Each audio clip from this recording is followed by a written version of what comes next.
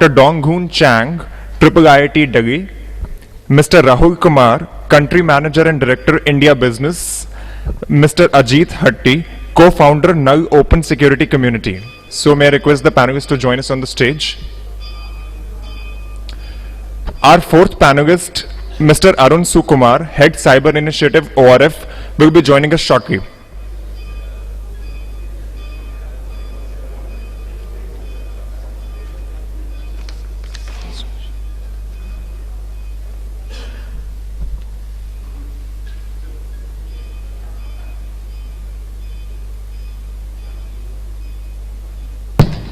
Hello. Okay. So now the Mr. Arun Sukumar is coming soon. So for the time being, I'm taking charge of moderator. So can you hear? Okay. Okay. So before the starting all the details the discussion, we want to talk about the general problem in this issue. So can you start the Mr. Rahul Kumar first? Sure. So essentially we wanted to start with what are the generic problems that you face, the users face today, right, in different environments that we have as organizations, right. We have large organizations, laptops, desktops, users, endpoints, and the usage is changing significantly. We are moving towards more and more usage of cloud solutions, the EFSS, the Dropbox of the world, the Box, Google Drive, OneDrive, and all of that. Now, how do we secure that? Now, and also how do we give the control back to the users? How does user know or is it ensured of the security of the data? Essentially, how does the user know that whatever he has saved or whatever he has with him is only accessible to him and not to anybody else? For example, the data on your laptop. Now, it's a mix of personal and professional data that you have. How do you make sure that it is nobody else's? Anybody who gets the laptop or your phone or your tab does not have access to that particular data, and the challenges associated with that. So that's one key aspect that we wanted to start with, and let Ajit start talking about the challenges that he sees in the marketplace. Yeah, hi. Thanks, Rahul. Hello all, welcome to this panel.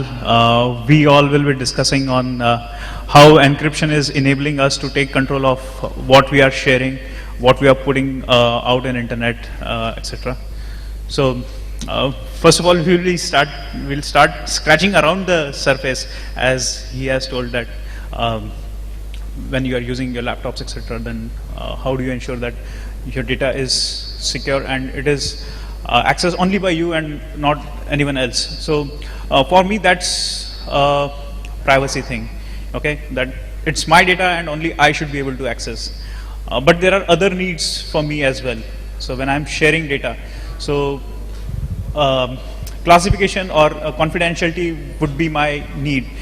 Like, I want this data to be accessed only by some authorized person, right, and not anyone else. So only who is authorized to, he should be able to access. So that could be a case. My another use case could be anonymity. So everyone should know the data. They should be able to see what it is, but they shouldn't know who is delivering that data, or they shouldn't be able to attribute that to me. That could be my use case. Plus, I want perfect secrecy on very open platform like Twitter. I will be tweeting right in front of you all, but the content should be used or content should be known only to the people who I want to know, right? So being my tweet very public, it should be read only by the people I intend to. So I'm still using a public platform and I still want to have control over that.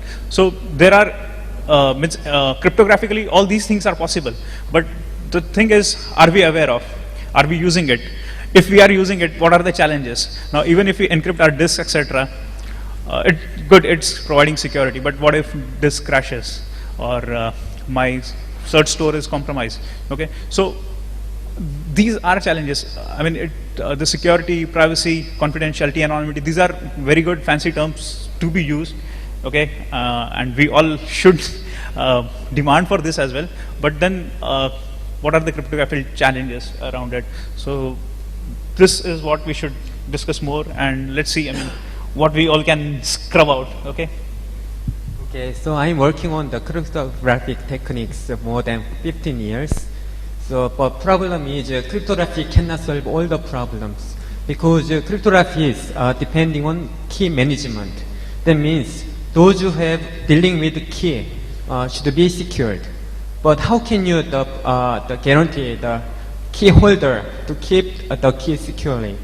So usually the database system administrator had a key. So if the database administrator become insider attacker, that means he reveal all the informations. So in that sense, that taking responsibility should be clear. So nowadays, the end user and the endpoint user very serious. Who will be responsibility when the key is leaked? So in that sense, nowadays, the Apple Pay, Samsung Pay, they developed some system using U2F and also UAF. That means inside the mobile, they have secure element in hardware chip. They put all the personal information stored, and then once biometric information is matched, then they are allowed to communicate. So in that sense, in this case, the user and the point user have taken responsibility to handle all the biometric information.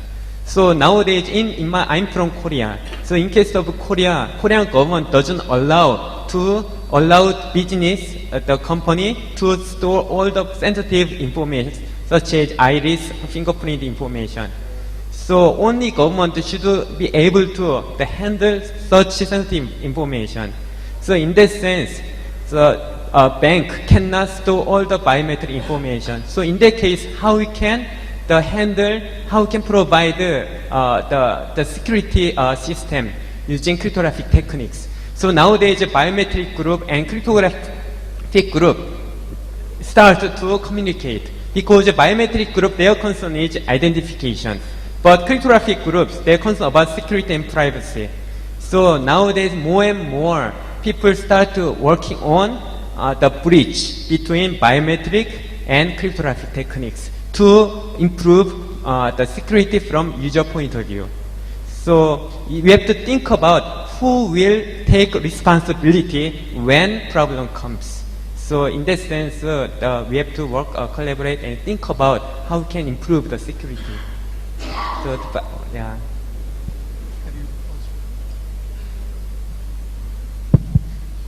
Hi, my name is Arun. I'm with the Observer Research Foundation. First of all, my apologies for being late. And I am the moderator of this panel. So before I turn back again to the panelists, let me quickly offer maybe a minute or two of how the policy space is developing on encryption in India, if that isn't something that hasn't been broached on the panel before. So everyone here probably is aware that the Department of IT sometime in September rolled out a draft encryption policy only to roll it back in a couple of days. There were several reasons why the draft encryption policy faced a lot of controversy, not least because of the licensing regime that it was trying to create, which effectively required private companies, both foreign and domestic, to deposit their keys with an escrow. And briefly hearing Professor Chang, of course, there is always the risk of a centralized data storage mechanism which contains encryption keys being the subject, or inviting some sort of a malicious or some sort of a cyber attack. So interestingly enough, the idea of a licensing regime that the Indian government tried to put out in the draft encryption policy is not new to India. It was created first in the United States in the early 1990s with the Clinton administration creating, or at least proposing, a mechanism called what is called the Clipper chip mechanism. Of course, many of you are probably aware of this, and I'm not a technical expert myself, but the Clipper chip mechanism essentially involved private companies depositing their keys to an escrow. Of course, the government would not be the only party that would have access to it. In fact, it would be maintained, the escrow would be maintained by a third party, and the government would have access to that encryption key based on the rule of law in place, based on the kind of regulations that required lawful monitoring or lawful interception. Needless to say, this also ran into a lot of controversy in the United States, and it was rolled back. Where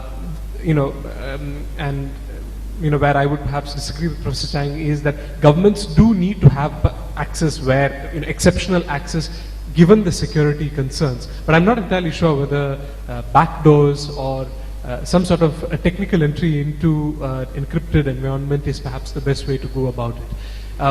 And the same reason why the Clinton administration had to roll back its Clipper chip proposal is the reason why the Indian government also had to roll it back. Plus, of course, there are myriad concerns regarding privacy, etc. But unlike the United States and the European environment, where privacy norms have more or less solidified through regulations, the Indian government hasn't really come out with a comprehensive law on privacy.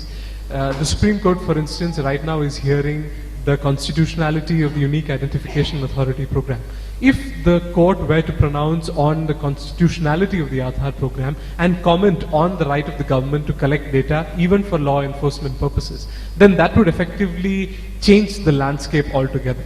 So we should also be wondering why it has reached this stage, why the Supreme Court has to intervene in calibrating this right to privacy, which will affect everything from data collection for e-governance to encryption. And I'm not sure whether the Supreme Court is really comprised of experts who can really hold forth on encryption. From my engagement with law enforcement officials and bureaucrats who are, who after the draft encryption policy was withdrawn, there doesn't seem to be a lot of political appetite for encryption. We know what the response of the IT minister was. He simply said that a junior official in the IT department was responsible for the encryption policy and it was not poorly drafted and so on and so forth. Political responsibility for such an issue, which has not really gained momentum, is not going to happen anytime soon. So I personally, I'm not trying to be pessimistic, but I don't see a policy as such being evolved anytime soon. So the norms have to come from the industry. I'll perhaps start with Professor Chang on this.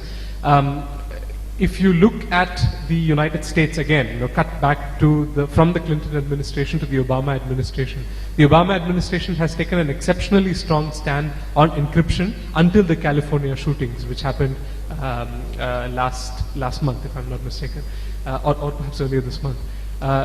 It seems now that before Christmas, President Obama may pronounce on encryption, quote unquote, to adjust to an environment where encryption is common. There is a difference of views between law enforcement officials within the US administration itself. The FBI believes that there should be backdoor access to encrypted communication. The White House, for instance, many officials in the White House do not believe that this is the best way to go forward. So policies, not just in India, but across environments are being debated right now. I personally believe the Indian situation is different because I don't think, my personal assessment of the situation is that I don't believe Indian law enforcement officials are really keen on backdoors to encryption for the sake of encryption. I think the idea clearly is for instance, if there were to be an MLAT, a mutual legal assistance treaty with the United States that would facilitate law information sharing between the United States law enforcement agencies and the CBI or whatever intelligence agencies work in India, I think that would serve the most important purposes of India's law enforcement agencies. Because the concern, unlike in the United States, in India, is localized cybercrime. It's not transnational terror threat. The ISIS is presumably a threat in the making. But law enforcement officials at the state and the national level are not concerned right now with those big terror threats. They are concerned with localized cybercrime.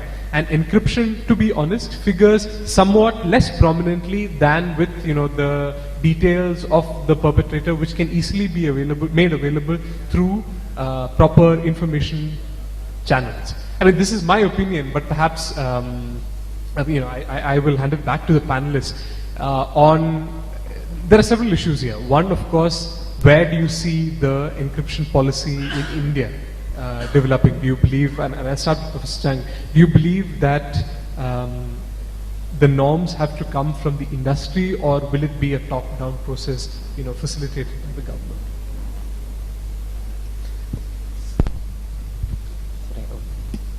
So I worked in NIST, in National Institute of Standard and Technology, for 3 years in Computer Security Division.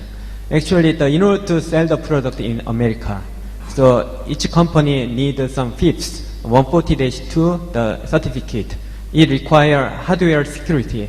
So in order to secure the product, they have to depend on crypto module, hardware chip. So inside hardware chip, all the secure information should be stored. But unlike USA, other countries, including India, they use CC certificates, common criteria, so certificate. That means there are more than 20 the countries that accept CC certificate. But problem is, once other country accept the product, India should accept, because this is certified by CC. But in case of America, they have their own procedure using FIPS.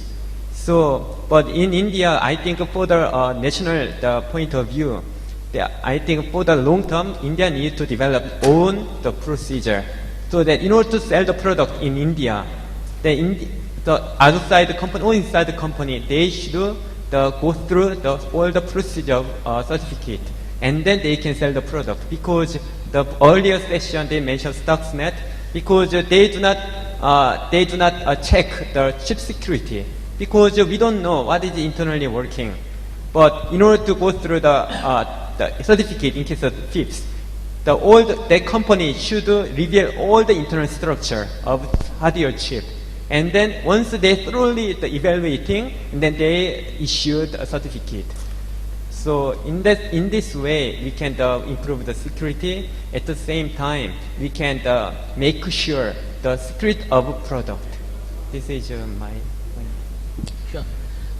So let me first classify. I run an encryption company in India, a pure play encryption company in India, and I firmly believe that yes, encryption is not the solution to everything.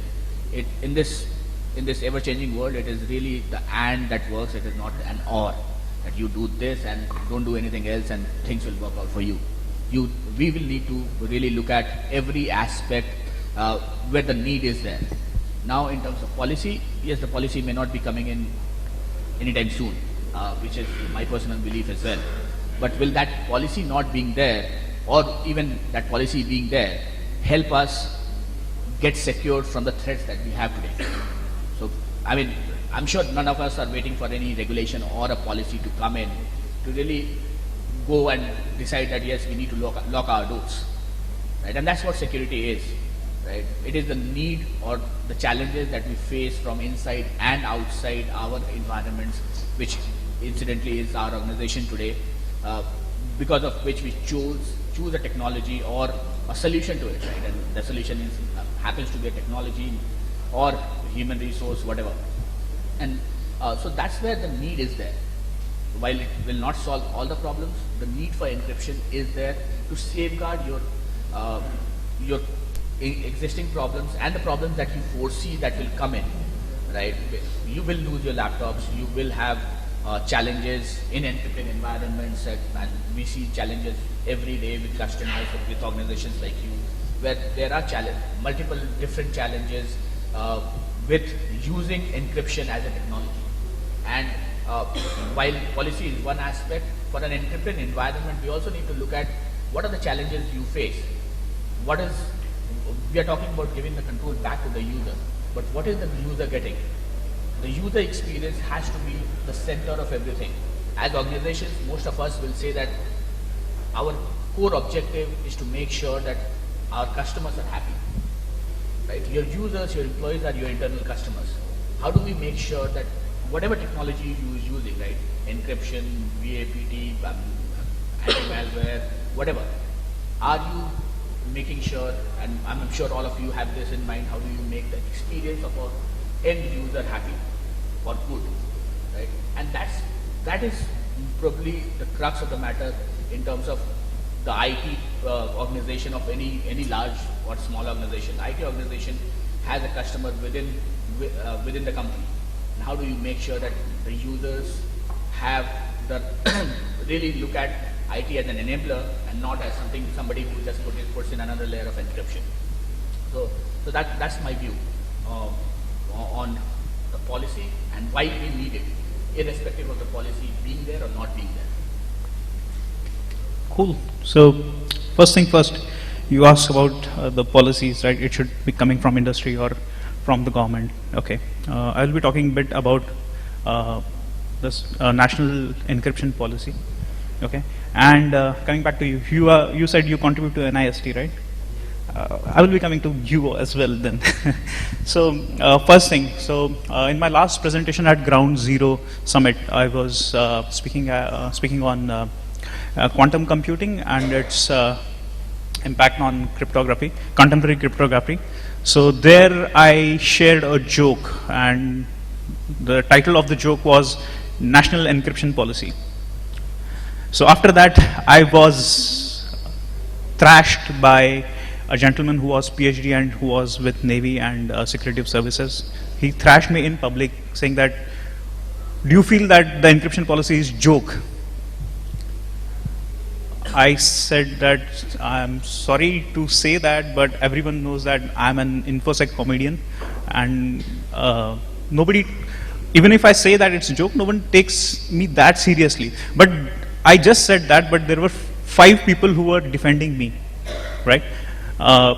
So we discussed these points, and he was convinced that there was something seriously wrong with the cyber policy, cyber encryption policy. So I was very vocal about the flaws in the encryption policy which we had. So I was among the first few one to tweet it and show the flaws, enlist the flaws. So the point number 6 was these encryption policies are to make your data more secure, right? But the thing is, their second section, column 3, said that you have to only use recommended encryption schemes. Plus, the key should be deposited with government. Keys, encrypted text, as well as plain text should be produced to government whenever they want. It means they are discouraging you to use encryption.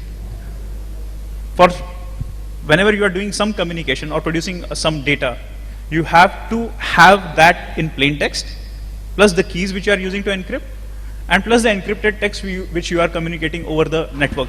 You should have all these 3. If you are not having these 3, then it's an offense, according to the policy, not me. Okay? Isn't that a joke?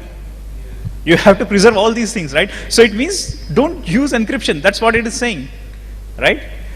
Which was the violation of their 6th point, saying that it is to secure your data. You are not doing that. Plus, government says that we want to have a backdoor, or we want to have control on the encryption which you are using. So the question, the point which I raised was, if there is a backdoor in any technology which government want to use, how will you ensure that I don't use the same backdoor, right? How you will prevent bad guys to use the same backdoor, right? So you can't have exclusive control on that backdoors. So having said that, this is internet which we all have formed, right? It was not formed by any government. The encryption standards or the robustness of the encryption schemes which have been achieved, that has been contributed by mathematicians, hackers, people who are being following Bruchner, okay, the security enthusiasts like you and me, okay. We have contributed to the security of encryption and the maturity, right? Not the government. Okay, so why should we surrender these things, these rights to encrypt all these things to government? Government is anyways doing mass surveillance, right? Even if there are encryption policies in place or not, even if there are backdoors or not, government is collecting all the data. That might be encrypted today, maybe tomorrow that will be decrypted, right? They are, Google, D-Wave and CIA, they all are funding heavily the research on quantum computing. And the main motive is to use Shor's algorithm and break your encryption. Okay, that's their prime motive. That's the reason. Otherwise, till 80s, no one bothered about the quantum computing. It was already there, but Peter showed that it could be factorization of RSA algorithms could be very, very easily done. That's the reason they got interested in quantum computing. So even if they don't have backdoors, they will have quantum computing, or they will have much, much more resources under the belt to do that decryption, right? Next thing is, even if you have this mass surveillance, etc., right? What will happen to the people who want to anonymously declare some news or break out some news, right? So if you are stopping us from doing that, we hackers won't be able to make this world a better place, right? No matter there are bad people as well, but you are denying the right to privacy, anonymity on the net to the larger people, right? So even if we want to have a policy, you have to take the hacker community in confidence. Okay, industry will have its own commercial interests and aspects. They will push for single standard. Even I was talking with Smart Grid and all. They were met by many industry people and saying that, you know, you use our standard only, ZigBee only, not other standards. Okay, so moment you go to industry, that thing will happen. So what I say is, talk to industry as well, take hacker community in confidence as well, and then you come up with something better without hampering end users' interest, right? Then you're not taking control away, you are empowering them as well to use the internet, and that's the beauty of internet, that should be preserved. Fair enough. Ajit, and I think, you know, especially after the draft encryption policy came out, I think there's a somewhat, I don't want to be an apologist for government, but I think there's somewhat misplaced perception that the government is against encryption per se. The policy was certainly, you know, if the policy had gone through, it would have seriously endangered the security of individual users as well as companies by virtue of weakening encryption. I have no arguments with that. I do not believe that the government, the Indian government, is against encryption or is against the use of greater encryption per se, but I think we have to look at the institutional factors that are in play. If a government like the United States, which has the dual advantage of one, which is technologically more sophisticated, and more importantly, has the advantage of all the social media giants, all the major data giants of our time, being located within the jurisdiction, within the legal jurisdiction of the United States, it still resorts to mass surveillance and weakening of encryption through, you know, whether it's through quantum or some other method. Then we should understand that the same institutional constraints apply to India as well. If not, the job of our law enforcement agencies are doubly complicated by the fact that we have, you know, simple things like time difference between Delhi and Silicon Valley. So, for instance, if the intelligence bureau or the research and analysis wing, or if the Delhi police wants some information about WhatsApp messages, WhatsApp doesn't even have, for the most part, WhatsApp did not even have an office or a designated personnel in India. Who is the Indian government or a local police enforcement agency going to contact at WhatsApp? And the time difference between Delhi and Silicon Valley is 12 hours. And if, you know, the idea that, say for instance, with the agitation by the Patel community in Gujarat, the sheer number of people involved in such an agitation is incomprehensible in a jurisdiction like the United States or Western Europe. The number of people who have access to the internet in India will touch 400 million in December 2015. That is 6 times the population of France, and that is not even half of India's overall population. So the numbers that we are dealing with, the numbers that the government is dealing with, is simply staggering. And therefore, I'm only saying that there is a certain demographic reality that the government is also having to factor in. For instance, if the if any agitation, if some sort of community agitation or communal involvement, communal incident happened in a particular state, then there would be enormous political flack on the law enforcement agency as well as the government. So my gut sense, my perception or my assessment is that the reason why governments are going after encryption, and this is a misguided perception of the government as well, is that by interfering with encrypted communication, you can somehow catch the perpetrator or intercept communications. I think the general consensus in the West seems to be that, if, like Ajit said, if you open up encrypted communications to government, somebody else will also have access to the keys, and therefore data in itself becomes vulnerable to a whole host of security compromises. I think this perception is slowly but surely settling in within the Indian government as well, especially in areas which we are developing in, such as financial technology, offshore data processing. These are industries which not only hold the data of Indians, but also the data of several thousands of hundreds of Westerners. Yeah. And the integrity of the financial technology sector in particular, which is beholden to a certain different standard of encryption, is crucial. And the government is not insensitive. I don't want to speak for the government or for any particular agency, but having worked on policy issues with them, I think they are slowly gauging the importance of having stronger encryption. The institutional constraints are not just internal. It is not just the population or the number of people who are involved in, say, an agitation in India, which far outnumbers the West. It is also external. Many of you may have heard of the Wassenaar arrangement on export controls and dual-use technology. The Wassenaar arrangement is essentially a Western instrument. It is led by the United States and United States government. Many leading cybersecurity experts, researchers, and the private sector in the United States are against the implementation of the Wassenaar regime in toto. But there is an external export control regime that deters further research and development on issues like encryption in India. So, as a result, the Indian government buys zero-day vulnerabilities from very sketchy companies like Hacking Team. I'm sure it is also a buyer of zero-day exploits from several other companies. And zero-day exploits, again, I personally believe that they again render the system more vulnerable.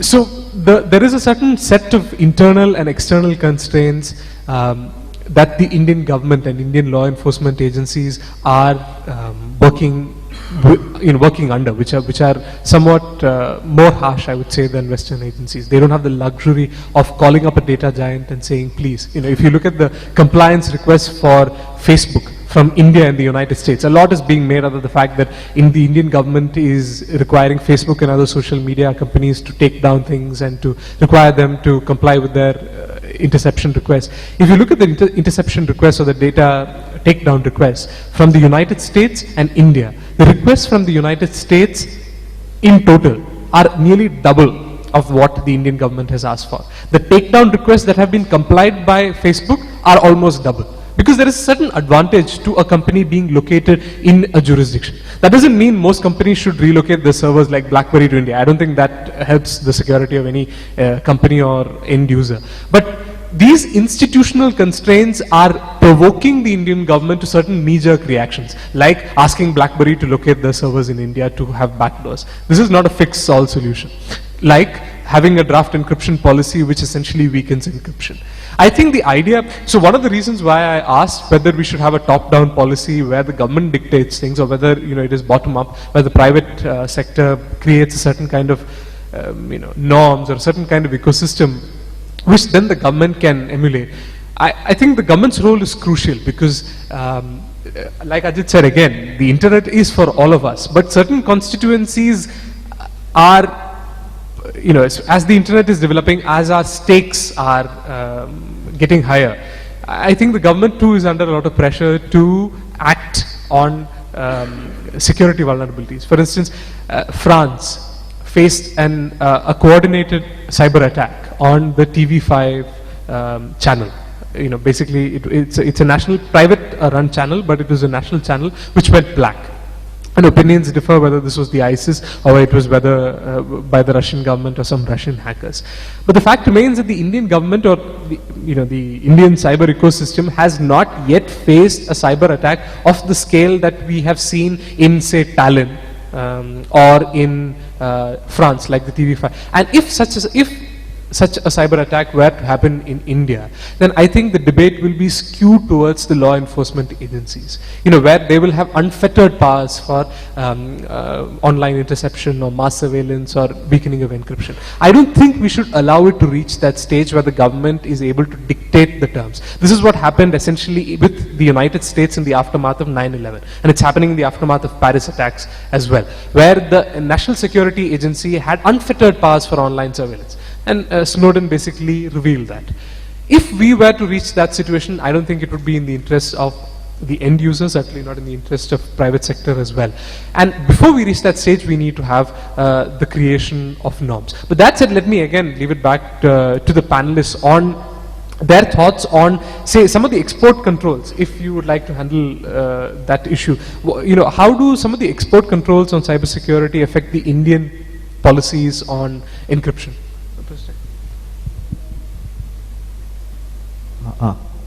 So in case of Korea, Korea has own encryption standard. Actually, encryption standard protect the, some industry, security industry, because usually in order to sell the security product in Korea, the product should be include Korean standard. That means if Indian standard we have here, then in order to sell the product, that means all the products should include Indian standard. So in that sense, the standard itself protect industry in India. So in that sense, I think business. This is the standardized by Korean government. So this is very important from top down, and they develop because I was in NIST. I was involved in evaluating and standardizing hash function SHA-3. So I was internal key member of the standardization. So it takes a long time. Sometimes it takes 5 years, 6 years to develop one standard. Many people should be involved from business, from industry point of view, and also academic point of view, and government point of view. All the people involved and develop. So it takes a long time. For example, recently Ukraine developed one block cipher standard. So in last June, they announced the Kelina is a standard for them. But in that case, they took more than almost 10 years of process to develop one encryption standard. So this is not easy. So this cannot be done by the industry, by the private sector. This should be initiated by the government. So, yeah, this is my.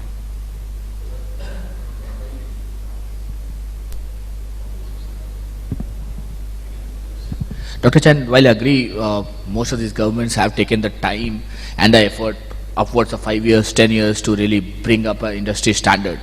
While there may be a need for India to develop such a standard, while I don't agree that it really should be top down only from the government. It has to come in from the government in association with the industry, with the other stakeholders like the hacker community and everybody who is involved and affected by whatever policy or the standard that we bring in, right? If we are bringing in, like in the draft encryption policy, we had something for the consumers, the individual users as well, then we have to bring in the individual users as well.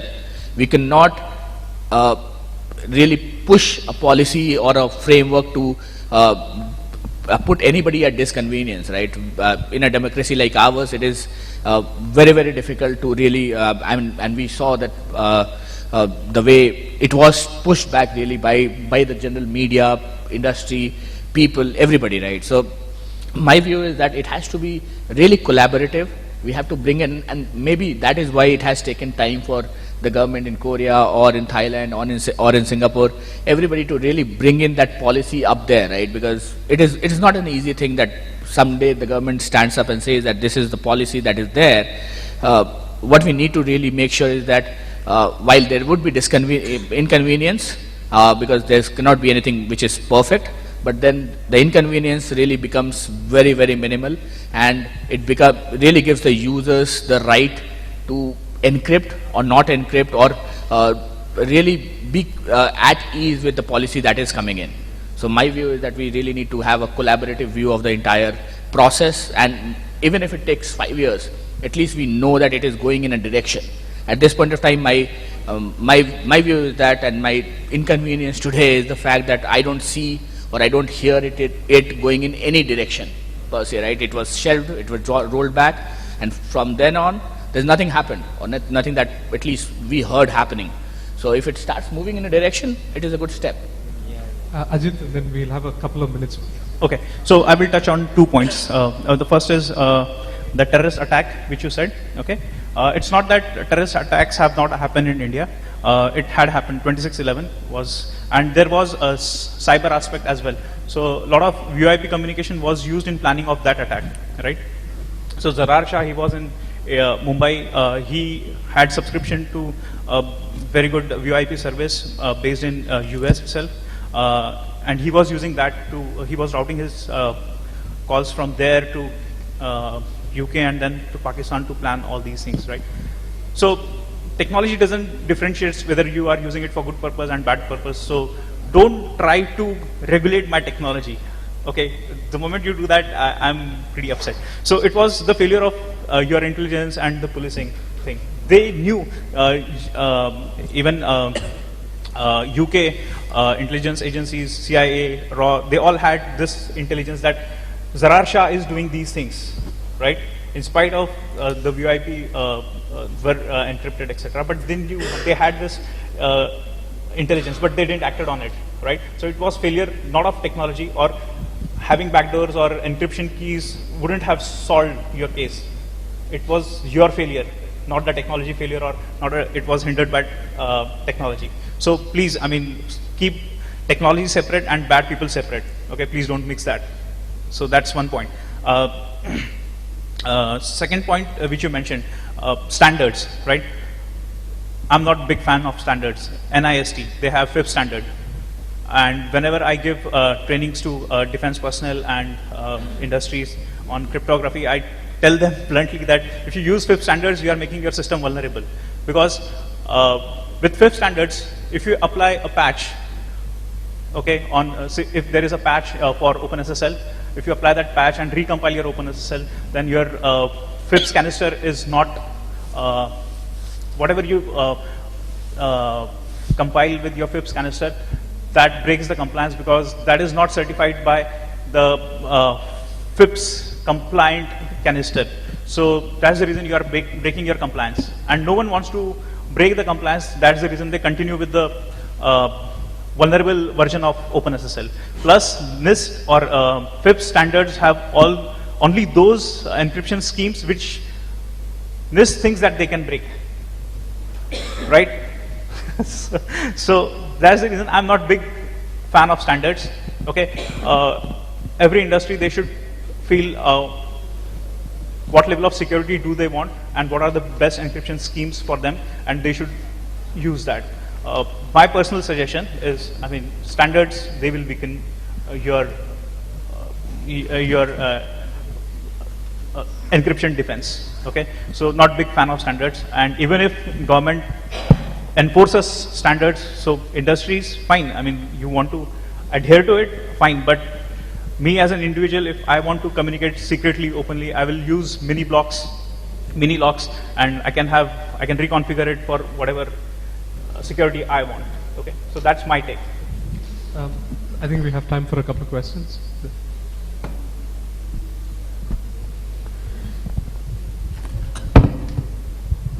I'm Vijay Kumar, work for Tata Communications. See, the regulatory environment has prescribed already a certain bit size encryption, let's say 40-bit encryption.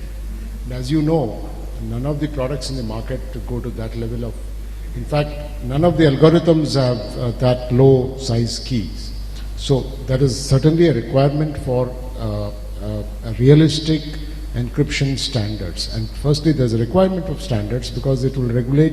It will also help the interoperability between companies. And the concept of every nation having its own encryption policy will not work, because today is a globalized world, and if you have to communicate information or information products have to be sold, they have to be intercompatible. The suggestion is, as it is, If you look at any SSL uses anything like 1024-bit encryption in any case. So to limit it to something like 256 or something is unrealistic. What I would say is, of the well-known algorithms, whatever is a reasonable size, bit key size is a reasonable way to go for encryption, rather than looking at very limited sort of a key size. That is one thing I would like to say, because we deal with this on a daily basis. As a CISO, we'd be violating the regulatory requirements if they put a low bit key size, because as you know, everybody uses SSL, and SSL uses at anything like 1024-bit encryption. Nothing short of that in a realistic scenario. Second thing is the question about criminals using the same encryption, which in any case you can't avoid. Let me put a scenario. If what stops a well-organized criminal gang developing their own algorithm, not publicizing it, and using a key bit of their own choice, nobody can stop it. Nobody can stop it. Secondly, the encryption algorithm that we know, whether it is RSA or elliptic curve or anything of that kind, or blowfish or whatever, or AES, the thing is that there could be other schemes which are not based on a bit encryption, the kind that we do in all of these algorithms. It could be on coding blocks of various kinds of even earlier traditional techniques of what we call that, key coding of words and things like that. So such algorithms can also still be used, and still you cannot avoid. So I think what I'd like to ask you, because you're experts in this field, is firstly, why is it that it's taking such a long time to develop an encryption policy if we adopt the concept that whatever is the existing products in the market that everybody knows, and the limit of that product will be the limit of encryption? That should be the limit, of course, not the extreme capability of that algorithm, but somewhere in the middle, so that the government can crack it if it wants to. Why is it that it's taking such a long time to develop that policy? Okay, thank you. Any other questions? Okay, so I think we can have a round of perhaps a minute to close. On the issue of the two questions the gentleman flagged, one is interoperability of standards, so we've already heard Mr. Chang on this, on whether it is better to have a national standard that is perhaps distinct and unique to the national context. And of course, second, this issue of calibrating, if criminals or potential perpetrators of cyber attacks can indeed use encryption technology, where is the technical solution to it? Hello. Yeah. We don't have to care about interoperability. So standards doesn't ensure interoperability. It's your browsers. If they are supporting SSL, then you can use any algorithm, because whenever there is SSL handshake happening, so whatever algorithm you understand and I understand only, we will communicate in that. So if you see the very nature of SSL, there is no question of interoperability, right? So at the max, it will not happen. Second thing, if you are using your own encryption mechanism or this encoding mechanism, then there comes the question of operability. Only when the other party understands, you can use that. You can't use it at mass. I got your point.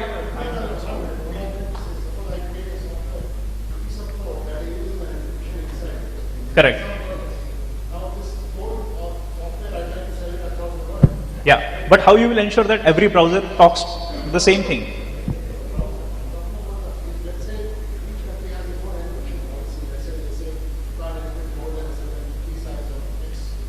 Correct.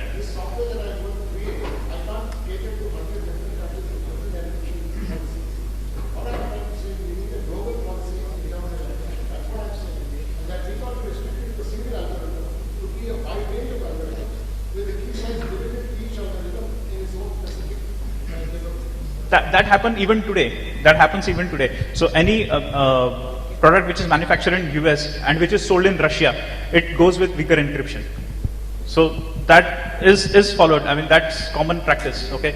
So that's not a question. But if you are using your personal scheme, then yeah, it's interoperability is difficult. But yeah, I mean, breaking it will take little time, but not impossible. And the next thing, why it is taking so much time? I mean, I'm not government to tell that, but I guess we are good even without standards. Yes, let me agree with Ajit on why are we slow. We are slow because we are not moving, right? So that's what I brought out in my last point, that we need to really move faster, or at least start moving in a direction which we are not doing at all, and that's why we are not going heading anywhere. In terms of interoperability, yes, that is where the need of a standard practice comes in, and that's why we have some of these global standards. And I agree that we really need to have those standards defined much wider, really not have just an AES or just one particular technology or or one particular algorithm. So once we have really have NIST put in, bring in more aspects or more nuances through which we can really look at the wider spectrum of countries, wider spectrum of organizations, so that they can communicate with each other at ease without challenges. That would be the solution. So I was in East at the time. When they work and they publish the document, they always ask for public comment from all over the world. So in that way, they incorporate in their document. So another way is about the incorporation is in case of Korea, the Korean government developed one standard. At the same time, that standard become ISO standard. So once the ISO standard, this algorithm should be part of SL, TLS supported algorithm. Without that, they cannot communicate, they cannot use for global communication. So I think once they develop one standard for Indian government, so that standard should be included in ISO standard, so that all freely the company all over the world freely can communicate using the standard. Also, especially the key size matter. Actually, in case of key size, each government has its own rule. But usually, all other countries follow the American standard about key size recommendation. So once we follow the key size, and then regardless of what algorithm they are using, doesn't matter, because they can communicate using the key size, and then they only need to include that each standard in the SSL TLS the candidate the specification specified certified by the SSL TLS. We need such algorithm only need. Great. Thank you for joining us on the panel. My apologies once again for starting late today, but I think encryption is potentially, cybersecurity, as they say, is a growth industry, both for the private sector and as well as researchers like me. And encryption, I think, is going to be one of the hottest topics next year, given the global developments in this space. And I hope the topics that we discussed today will be conversed on here and in other forums as well. Thank you once again to the panelists and for joining us.